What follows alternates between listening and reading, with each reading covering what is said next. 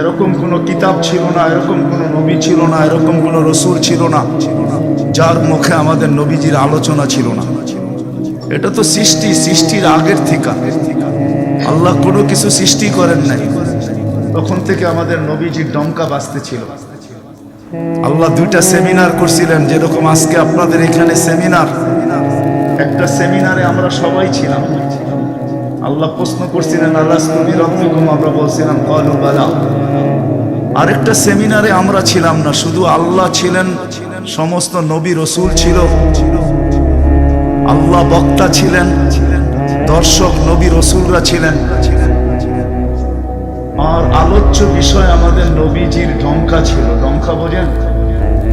আমাদের নবীজির প্রশংসা ছিল, শান ছিল, শান। আল্লাহ নিজেই কোরআনে আছে, আল্লাহ নবীদেরকে যখন সম্বোধন করতেছিলেন যে আমি তোমাদেরকে যখন কিতাব এবং হিকমত দিব, তারপরে আমার রসুল আসবে, তোমরা আমার রসুল উপরে ঈমান আনবে, আমার রসুলকে সাহায্য করবে, এই কথার স্বীকৃতি তোমরা সবাই দিলে। তো সমস্ত নবী রসুলরা ওই দিন বলছিলেন যে আমরা স্বীকৃতি দিলাম। কিন্তু একটা প্রশ্ন হইতে পারে, রসুল তো 313 জন, কোন রসুল? তো আল্লাহ এটাও বুঝাইয়া দিয়েছেন, শব্দে রসুল আল্লাহ কারো কালেমার ভিতরে দেন নাই। 313 জন রসুলের ভিতরে 312 জন রসুলকে আল্লাহ কলেমা দিয়েছেন, কিন্তু কারো কলেমার ভিতরে আল্লাহ শব্দে রসুল দেন নাই। শব্দে রসুলটাকে আল্লাহ গচ্ছিত রাখছেন, আল্লাহ আগেই উঠে রেখা দিছেন। শুধু আমাদের নবীজির কালেমার ভিতরে আল্লাহ দিছেন লা ইলাহা ইল্লাল্লাহ মুহাম্মাদুর রাসূলুল্লাহ।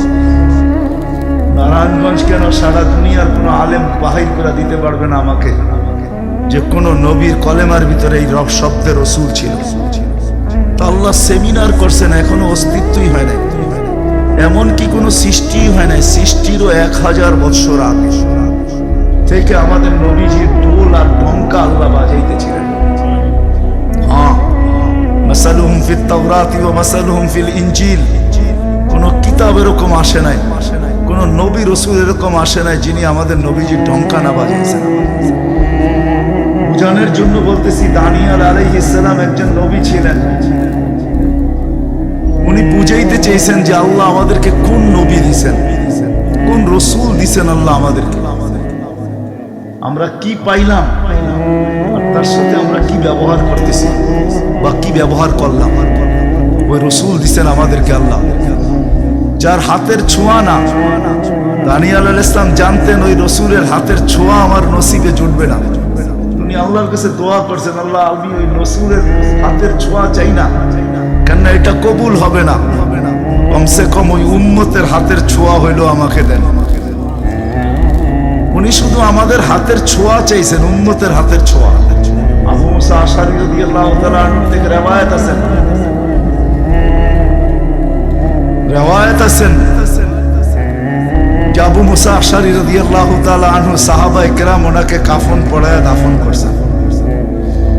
মুসা আলাইহিস সালামের সামনে যখন আল্লাহ রসুলের ঢঙ্কা বাজাইতেছিলেন, তো ফাতারাদাত তাওরাত, উনি তোমার কিতাবকে, যেই কিতাব আল্লাহ নিজের হাতে লেখছে, ওটাকে সাইড করে দিয়া বলতেছে, আল্লাহ আমি নবী হইতে চাই না, আমাকে উম্মত বানায় দেন, যথেষ্ট। বুঝানোর জন্য বলতেছি, নবীর চেহারা দেখা তো দূরের কথা, উনি আল্লাহকে কোন পর্বে বলছিলেন, আল্লাহ এই উম্মতের চেহারা আমাকে একটু দেখায় দেন।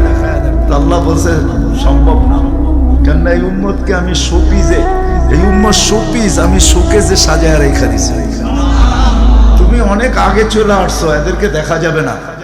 তো বলছে আল্লাহ দেখতে পারবো না, ঠিক আছে, কিন্তু একটু আওয়াজ তো শুনতে পারি। তখন আল্লাহ আমাদেরকে আহ্বান করছিলেন, ইয়া উম্মতা মুহাম্মদ। আহ্বান করতে দেরি, আমরা সাড়া দিতে দেরি করি না। আর আমাদের সাড়াটাও এমন শব্দ ছিল, মুসা আলাইহিস সালামকে তাক লাগায় দিয়েছেন। আমরা সাড়া দিছিলাম লাব্বাইক আল্লাহুম্মা লাব্বাইক লাব্বাইক ওয়া সাদাইক। আল্লাহ জিজ্ঞাসা করছে, মুসা কিরকম শুনলা? মা আসামিতু আহসানা মিনহু, এত সুন্দর আওয়াজ তো কোনোদিন শুনি নাই। তো বলছে আল্লাহ শুধু আওয়াজ না, এত সুন্দর বাক্যে কেউ, এত সুন্দর ভাষায় বর্ণ, এত সুন্দর ভাষা দিয়া কেউ জবাব দিতে পারে, এটাও আমার জানা ছিল না। এত সুন্দর ভাষায় জবাব, লাব্বাইক আল্লাহুম্মা লাব্বাইক লাব্বাইক ওয়া সাদাইক।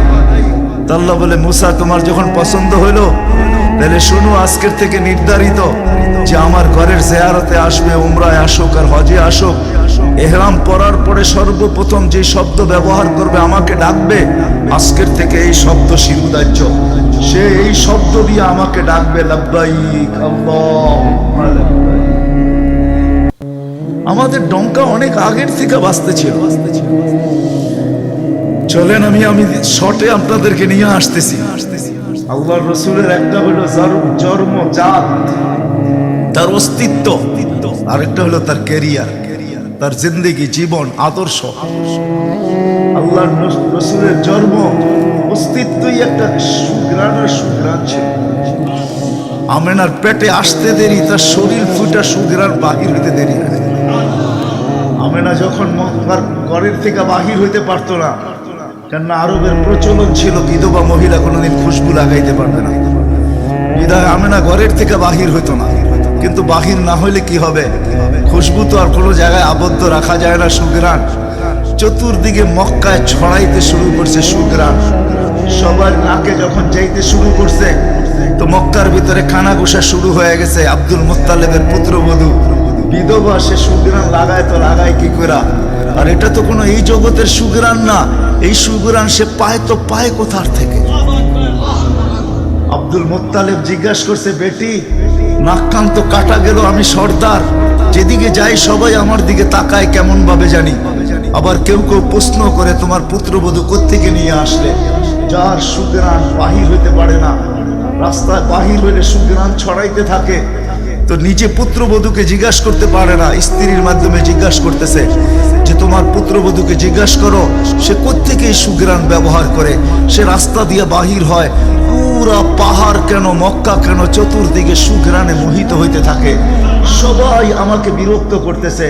তো বলতেছে, শোনো আমিও তোমাকে বলবো বলে ভাবছিলাম। আমেনা যখনই গোসলখানার থেকে বাহির হয় আর আমি ঢুকি, মনে হয় যেন গোসলখানা কেউ সুঘ্রাণ দিয়ে প্যাক করে রাখছে। আমি জিজ্ঞাসা করব কিন্তু ভাবতে লজ্জায় জিজ্ঞাসা করতে পারতেছি না, যে এক তো স্বামী হারা পুত্রবধূ, স্বামী নাই, বড় দুঃখী, আমি তাকে জিজ্ঞাসা করবো তো জিজ্ঞাসা করবো কি করে। চলো দুইজনে মিলেই জিজ্ঞাসা করি। আমেনাকে ডাইকা জিজ্ঞাসা করতেছে, বেটি জিজ্ঞাসা করার ছিল না, কিন্তু সমাজে মুখ দেখাইতে পারতেছি না, তোমার এই শরীর থেকে সুঘ্রাণ কি করে বাহির হয়, সুঘ্রাণ ছড়ায় কি করে, তুমি কোত্থেকে খুশবু আনো, সুঘ্রাণ আনো আর লাগাও যে তুমি বাহির হইলে চতুর্দিকে মোহিত হইতে থাকে। তো আমেনা ওইখানে থুতু নিক্ষেপ করে আর বলে, আম্মা শরীর থেকে না, থুতু মারতে দেরি, সুঘ্রাণ তুফানের মতো বাহির হইতে দেরি হয় নাই। বলছে আম্মা সুঘ্রাণ শরীরে না, শুধু আম্মা এই থুতুতে পর্যন্ত সুঘ্রাণ। আম্মা এই সুঘ্রাণ আমার না, পেটেরটা সুঘ্রাণ, পেটেরটা। আম্মা বলার ছিলাম না, তোমরা বাধ্য করতেছো। যেদিন পেটে আসছে ওই দিন তো ঘরের দেওয়াল পর্যন্ত আমাকে সালাম দিতেছে, তোমাদের এই ফলনের বাবুর কণা পর্যন্ত আমাকে সালাম দিতেছে। আম্মা আমি বাহির হইতে দেরি, মেঘ উড়া এসে আমাকে ছায়া করতে দেরি করে না, আমি উত্তপ্ত বালুতে পা দিতে দেরি, মা ঠান্ডা হইতে দেরি করে হয় না। মা আমি উত্তপ্ত পাথরে পা দিতে দেরি, মা ঠান্ডা হইতে দেরি হয় না। আমি বাহিরে বসে থাকি, আকাশের তারাগুলা এসাকে আমার সালাম দেয়। মা যেদিন পেটে আসছে ওই দিন 12 জন রসুল এসে আমাকে সালাম দিছে। ওই রাত্রে আইসা মা আমাকে মারিয়াম, মা আমাকে আসিয়া, মা আমাকে উখতা মুসা কুলসুম, তিনজন এসে আমাকে মালা পড়ায় গেছে যে দুজাহানের বাদশা তোর পেটে চলে আসছে।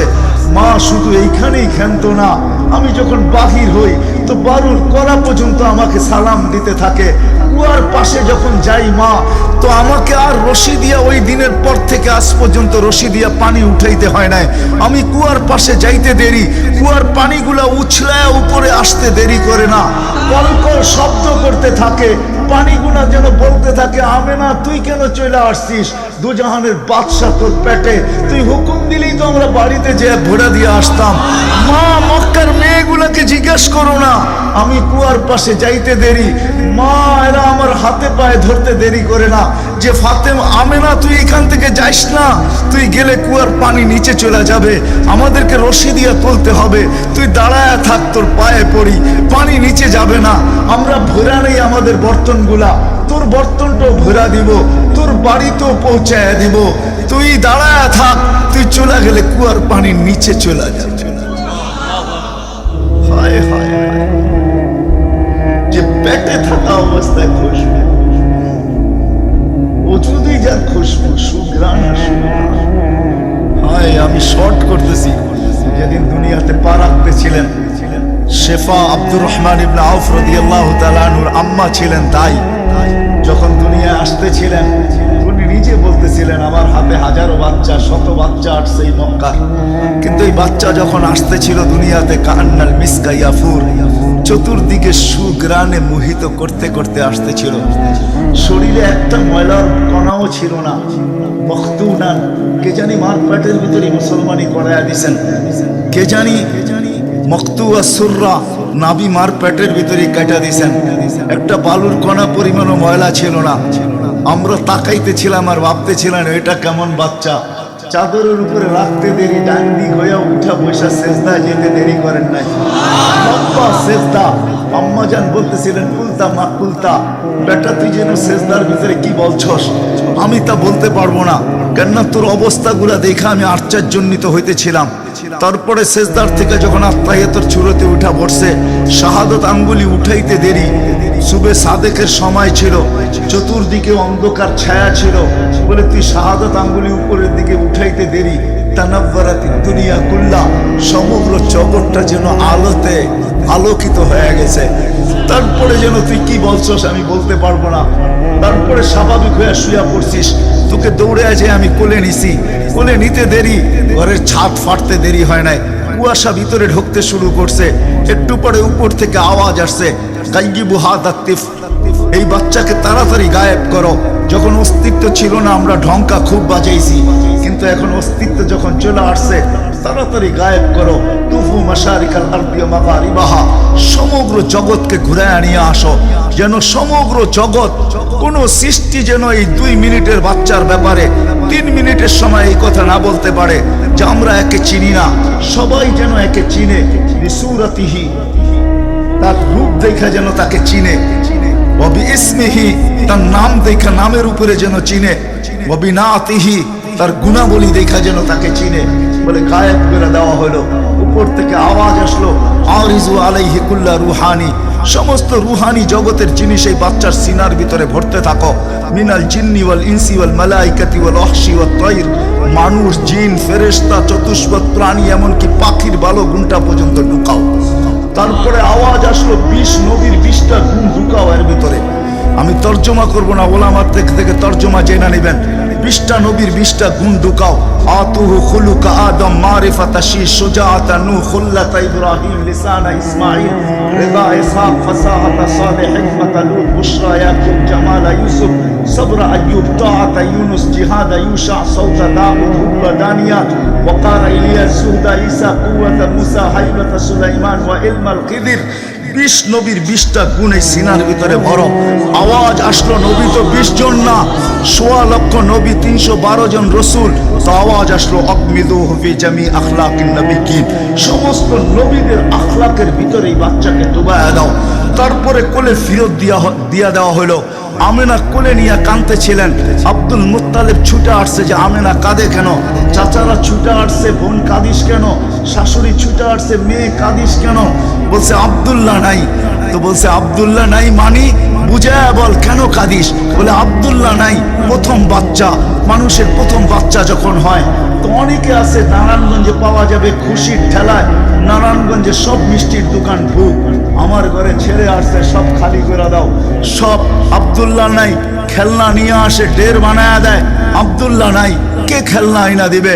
তো আল্লাহ কানে কানে বলতেছে, আমেনা, আব্দুল্লাহ খেলনা আনলে আর কিসের খেলনা আনবে, হয়তো মাটির আনবে, কাঠের আনবে, প্লাস্টিকের আনবে, এটা আনবে, সেটা আনবে, কোন খেলনা আসবে, দুনিয়ার খেলনা আনবে।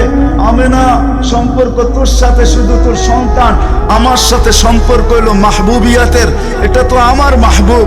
আরে সূর্য ডুবতে দে আমেনা, দুনিয়ার খেলনা কি আমি চাঁদকে খেলনা বানায় পাঠায় দেব। কাঁদিস তো কাঁদিস কেন।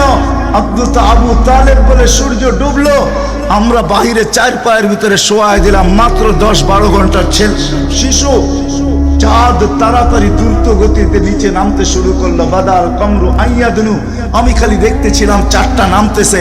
তোমার মাথার উপরে যখন চলে আসছে তো আমি ভয়ে চিৎকারে দিয়া ফেলছি, কাশিদু আইয়াকা আলাইক, তোমার উপরে পড়ে না যায়, কিন্তু তোমার মাথার কাছে এসে থেমে গেল। তুমি 12-13 ঘন্টার বাচ্চা, হাত পাও নাড়তেছিলা, তোমার হাত পায়ের ইশারায় উপরে চাঁদ একটা আঁচ করতেছিল। কেমন কেমন আল্লাহ রসুল বলতেছিলেন, জানেন চাচা কি বলতেছিল চাঁদ? বলে তা তো জানি না। লান্নাল কামারা ইউগান্নিনি ওয়া ইউহাকিনি ওয়া ইয়ামনাউনি মিনাল বুকা, চাঁদ আমাকে ছন্দ শুনাইতেছিল, কান্না থেকে বিরত রাখতেছিল, আমি যেন না কাঁদি, আমার কষ্ট হবে।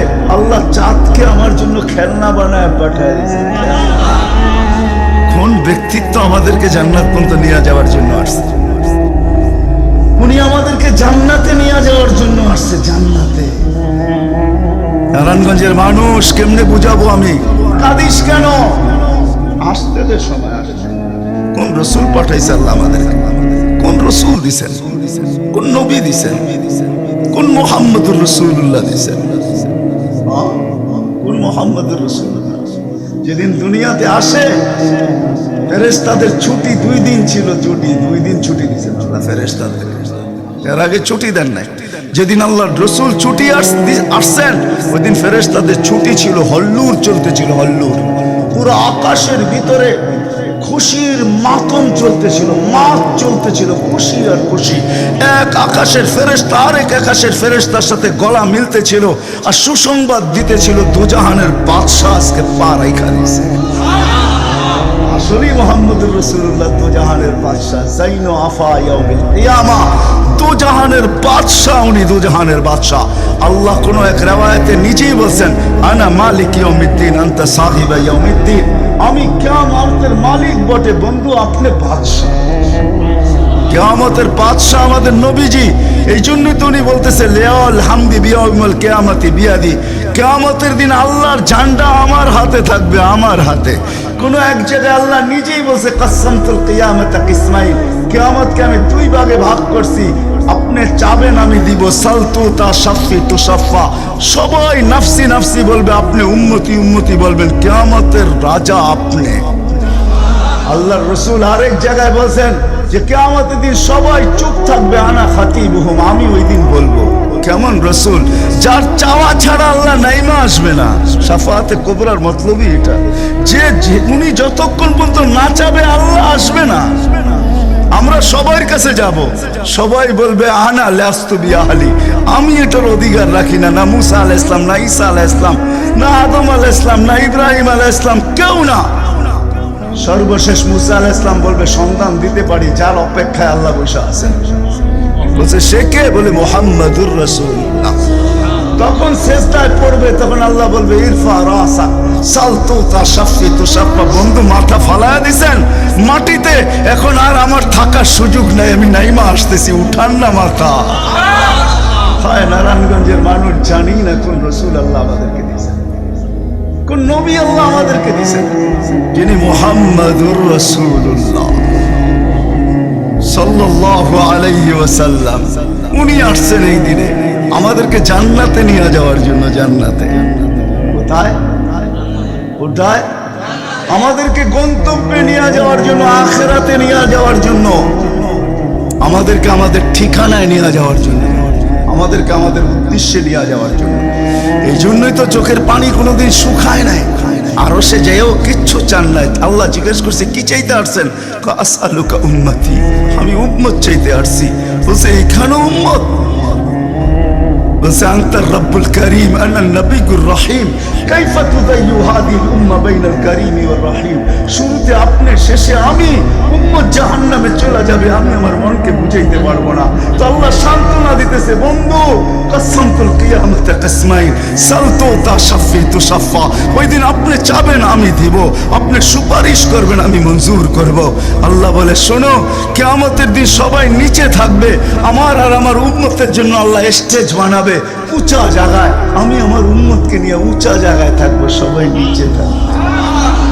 ওই রসুল যে কিয়ামতের দিন উম্মতি উম্মতি বলে চিৎকার দিচ্ছে, যে কবর থেকে উঠবে আর জিবরিলকে জিজ্ঞাসা করবে, কাঁদতে কাঁদতে জিজ্ঞাসা করবে, ইয়াকুম ওয়ায়াবকি, উঠবেন, কাঁদবেন আর জিজ্ঞাসা করবেন আমার উম্মত আমার ইস্তেকবালে আসে নাই, আমার উম্মত রিসিপশনে আসে নাই, আমার উম্মত কোথায়? জিবরিল একা কেন আসছো তুমি রিসিভ করতে আমাকে?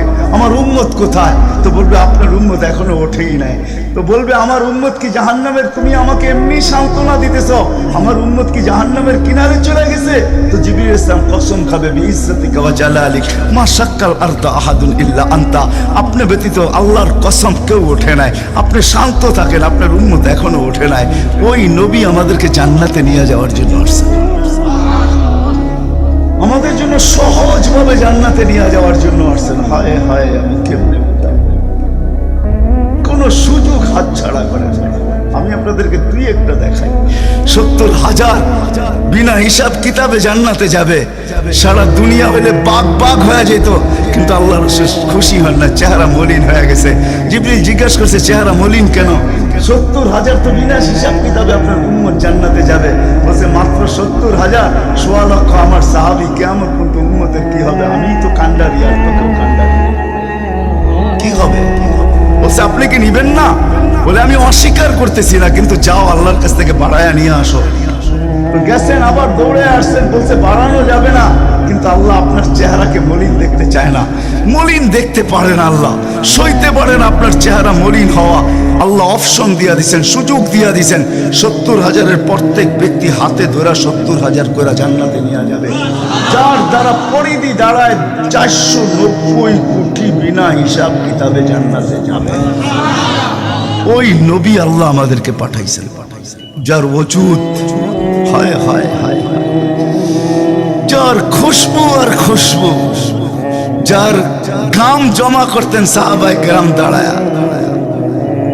ঈদের দিন খুশবুতে আতরের জায়গায় লাগাবেন। আরে জীবিত দশা তো জীবিত দশা, মৃত্যুর পরের কাহিনী আপনাদেরকে আমি শুনাইতেছি। আসেম রহমতুল্লাহ আলাইহি ছিলেন মদিনা মুনাওয়ারার ইমাম। বড় সুন্দর কেরাত ছিল তার। উনি যখন কেরাত পড়তেন বা মুখ খুলতেন বা কথা বলতেন, তো পুরা মদিনায় সুঘ্রাণে ঢেউ খেলতেন। মদিনাবাসী ওনাকে বাধ্য করছে, আসেম তোমার মুখ খুলতে দেরি, সুঘ্রাণ তুফানের মতো বাহির হইতে দেরি করে না, তুমি কেরাত পড়ো, তোমার আওয়াজও সুন্দর, কেরাতও সুন্দর। দ্বিতীয় দিকে তোমার সুঘ্রাণের চোটে আমরা পাগল হয়ে যাই, মাতাল হয়ে যাই। শুধু মসজিদ না, মসজিদের বারিন্দা না, পুরা মক্কার মদিনার ভিতরে ঢেউ খেলতে থাকে। এই সুঘ্রাণ পাইলা তো পাইলা কোত্থেকা? বলছে স্বপ্নে আল্লাহ রসুল আসছিলেন, শাইখাইন আসছিলেন, আবু বকর ওমর রাদিয়াল্লাহু তাআলা আনহুমা। আল্লাহ রসুল বলছে একটু কোরআন শোনাও না। বলে আমি কোরআন শোনায় যখন শেষ করছি, আল্লাহ রসুল বলছে আসেম জিব্বা বাহির করো। আমি জিব্বা বাহির করছি, আল্লাহ রসুল স্বপ্নে আমার জিব্বায় তার থুতুকে মাইখা দিছেন। ওই দিন থেকে সুঘ্রাণ বাহির হওয়া শুরু হয়ে গেছে। যার মরার পরে খুশবু এরকম, যার ওজুদ এরকম, যার অস্তিত্ব এরকম, হায় হায়, যার ছোঁয়া এরকম, যার ইশারা এরকম। গুইসাবকে ইশারা দিছেন, শুধু ইশারা, আইয়ুহাদ্দাব, ইশারা দিতে দেরি। গুইসাব জিন্দা হয়ে চিৎকার দিতে বলতে দেরি নাই, লব্বাইক ওয়া সাদাইক ইয়া যাইনা আফা ইয়াউমিল কিয়ামা। ও দুজাহানের বাদশা, আপনার ইশারা ছিল না, আমার ভাগ্য খুলা দিছে। আজকে ওলামা হাদিসে দাব পড়ে এবং পড়ায়, কিয়ামত পর্যন্ত হাদিসের দাব, গুইসাবের হাদিস চলতে থাকবে। বলছে আমার ভাগ্য খুলে গেছে, ভাগ্য। শুধু ইশারা, যার ছোঁয়া পাওয়ার পরে আগুন চিরদিনের জন্য হারাম হয়ে গেছে, হারাম। আনাস রাদিয়াল্লাহু তাআলা আনহুর দস্তরখানে আল্লাহ রাসূল খায়া খালি হাত মুছা দিছেন, ছোঁয়া লাগায়া দিছেন। আনাস বলে আমি মরা পর্যন্ত আমার এই দস্তরখানকে আমি কোনোদিন সাবান দিয়া পানি লাগাই নাই।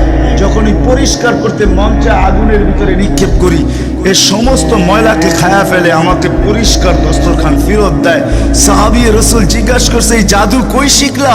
কয় জাদু না, এটা মুহাম্মদুর রাসূলুল্লাহর হাতের ছোঁয়া। হায় হায়।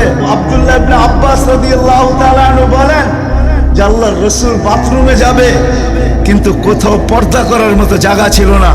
দূরে দূরে কতগুলা ঝাড়ি ছিল, বিক্ষুব্ধ ভাবে জঙ্গল ছিল। আল্লাহ রাসূল বলে এদেরকে বলো না আল্লাহ রসুলের জন্য পর্দার ব্যবস্থা করতে প্রত্যেকটা তার জায়গার থেকে উঠা মানুষের মতো হাঁটতে হাঁটতে আসছে, আর চতুর্দিকে গোল হয়ে জায়গা করে দিছেন। আল্লাহ রসুল ভিতরে ঢুকছেন, আর বাথরুমের পরে যখন বাহির হয়ে আসছেন, ইবনে আব্বাস রাদিয়াল্লাহু তাআলা আনহুকে আল্লাহ রসুল বলেন, জারিদেরকে বলো না এদের জায়গায় চলে যেতে। প্রত্যেকটা মানুষের মতো হাঁটতে হাঁটতে নিজের জায়গায় যায় লেগে গেছেন। ইবনে আব্বাস দৌড়ে গেছেন যে যায় দেখি কিছু আছে কিনা ওইখানে। তো ইবনে আব্বাস বলতেছে, ওয়াল্লাহি মা ওয়াজাদতু ইল্লা রায়হা, আমি ওইখানে সুঘ্রাণ ছাড়া আর কিচ্ছু পাই নাই। যা সবকিছু সুঘ্রাণ,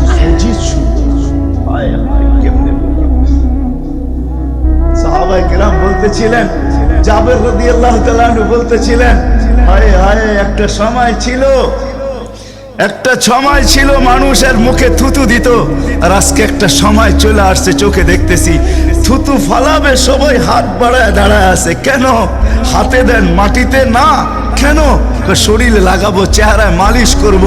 মউত কেন? জান্নাতে যায়ও আর খুশবুর দরকার হবে না, যার অস্তিত্বের ভিতরেই খুশবু। ওই মুহাম্মদুর রাসূলুল্লাহ সাল্লাল্লাহু আলাইহি ওয়াসাল্লাম আসছিলেন যার দিদারের জন্য।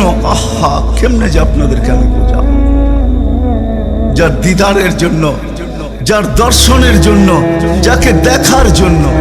হায় হায় হায়। দ্বিতীয় ছুটির দিন ফেরেশতাদের কোন দিন ছিল জানেন?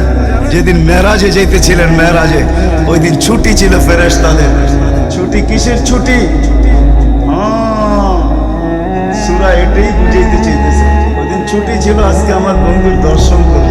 দর্শন, যার দিদারের জন্য ফেরেশতা পর্যন্ত কাতরাইতে থাকে। ফেরেশতা, আল্লাহ রসুল ঘুমায় রয়েছে, জাবের রাদিয়াল্লাহু তাআলা আনহু বসে আছে। ঘুমের থেকে যখন উঠছেন তো বলতেছে, ইয়া রাসূলুল্লাহ, আজীব কাহিনী। বলছে কি? বলে ওই দূরের গাছটা দেখা যায় না? বলে হ্যাঁ। বলে ওইটার পুরা শিকড় সহ ওইটা মানুষের মতো হাঁটতে হাঁটতে আসছে, আর আপনার মাথার কাছে দীর্ঘক্ষণ দাঁড়ায় ছিল, আবার চলে যায় জায়গায় লেগে গেছে। মনে হয় কোনোদিন সেইখান থেকে একটু নড়েও নেয়, চড়েও নেয়, আগের মতো সে লেগে গেছে। আল্লাহ রসুল বলতে, সে সব আল্লাহকে বলতেছিল, আল্লাহ দূরের থেকে তো তোমার হাবিবকে দেখা যায়, কিন্তু একটু কাছে যেয়ে দেখলে হয় না? তুমি আমাকে একটু অনুমতি দাও না, আমি একটু কাছে যেয়ে ভালো মতো দেখি। তো আল্লাহ তাকে অনুমতি দিছে, সে উঠে আমার দর্শন লাভ করে ওইখানে চলে গেছে। যার দর্শনের জন্য গাছ সারা রাত্র পার হয়ে যাবে, আমার জীবন পার হয়ে যাবে।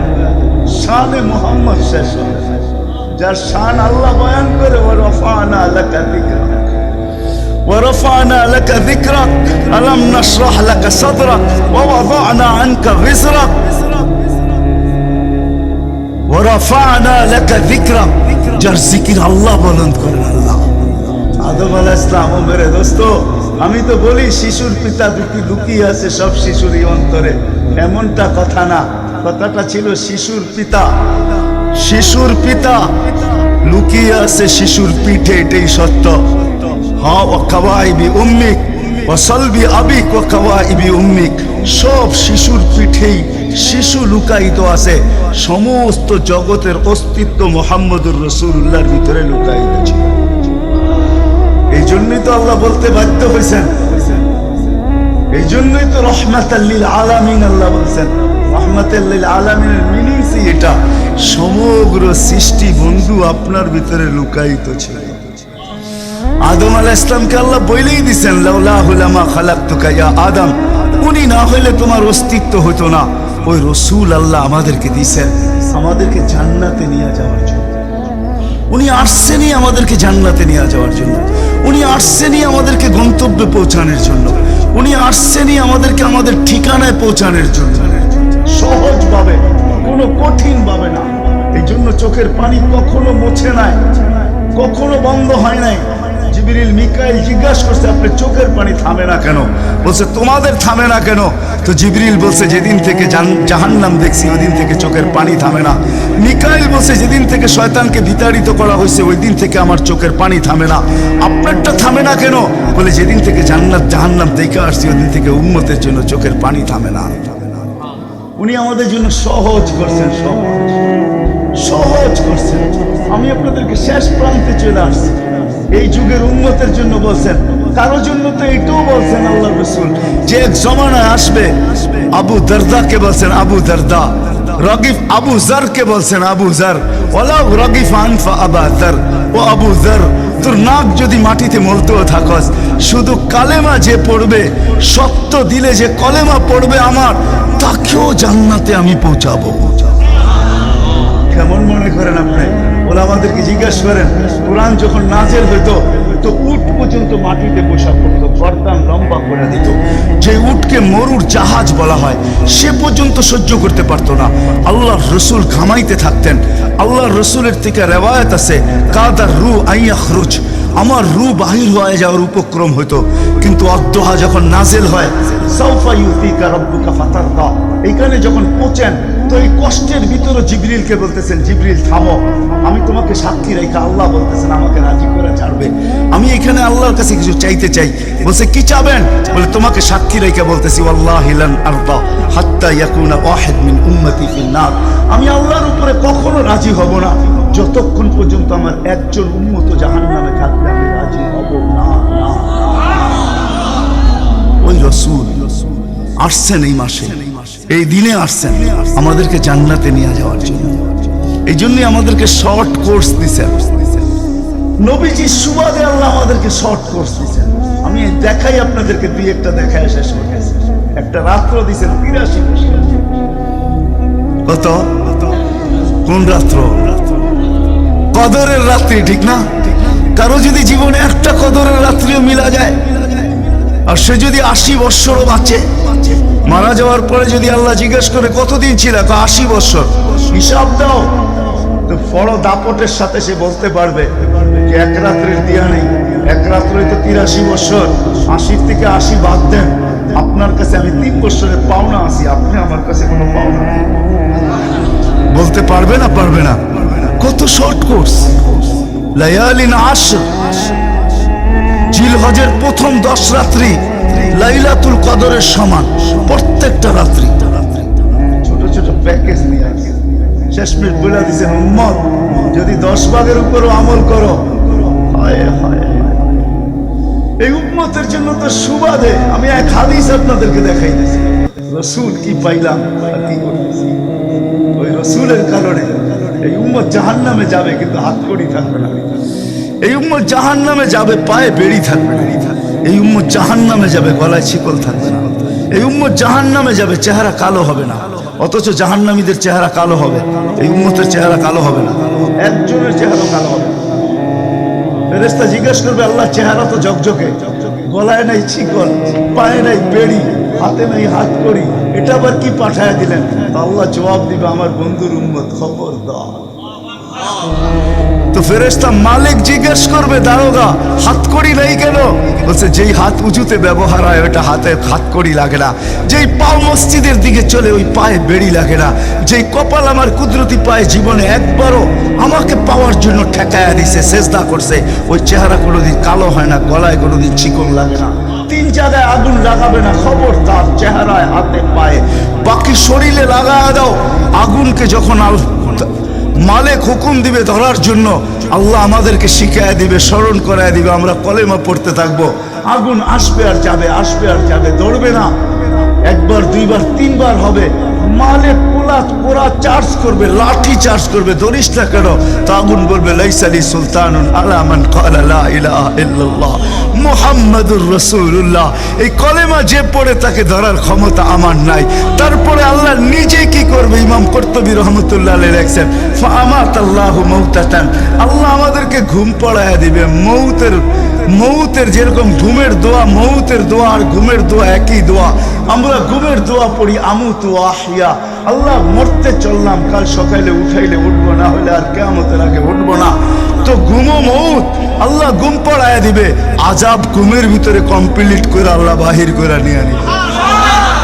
নবীর সুবাদে, নবীর সুবাদে, হায় হায়, একটা পর্ব এরকম আসবে, জানি না নারায়ণগঞ্জের মানুষ বুঝবে কি বুঝবে না। একটা পর্ব এরকমও আসবে, নবীর সুবাদে একটা পর্ব এরকমও আসবে, নবীর সুবাদে এরকম একটা পর্ব আসবে। আল্লাহ জিবরিলকে ডাইকা বলবে যে আরশের সাথে কান লাগাও, তো দেখবে যে আরশের সাথে কান লাগা একটা ক্ষীণ আওয়াজ আসতেছে, যেইখানতে বলতেছে হান্নান মান্নান আনকিদনি, ও হান্নান মান্নান আমাকে বাঁচানা। তো জিবরিল বলবে বড় ক্ষীণ আওয়াজ, হান্নান মান্নান বলে বাঁচাইতে বলতেছে। বলছে জিবরিল দৌড়ে যাও, আমার বন্ধুর উম্মত আমাকে বাঁচানোর জন্য ডাকতেছে। জিবরিল যাবে দোজখের কাছে, মালিকের কাছে যাবে। মালিক লিস্টি দেখা বলবে কেউ বাকি নাই, আখরাস তো সবাইকে বাহির করে দিছি। ফিরে আসবে, আবার শোনাবে, আবার যাবে, আবার ফিরত আসবে। তৃতীয়বার এসে আল্লাহর ঠিকানা বলে দিবে, যাও দোজখের ওই অথই তলদেশে যায় দেখো, কয়লার মতো কয়লা হইতে হইতে পোকার পোকার রূপ ধরে গেছে, উপরে পড়ে আছে, ওইখানে যে কান লাগাও।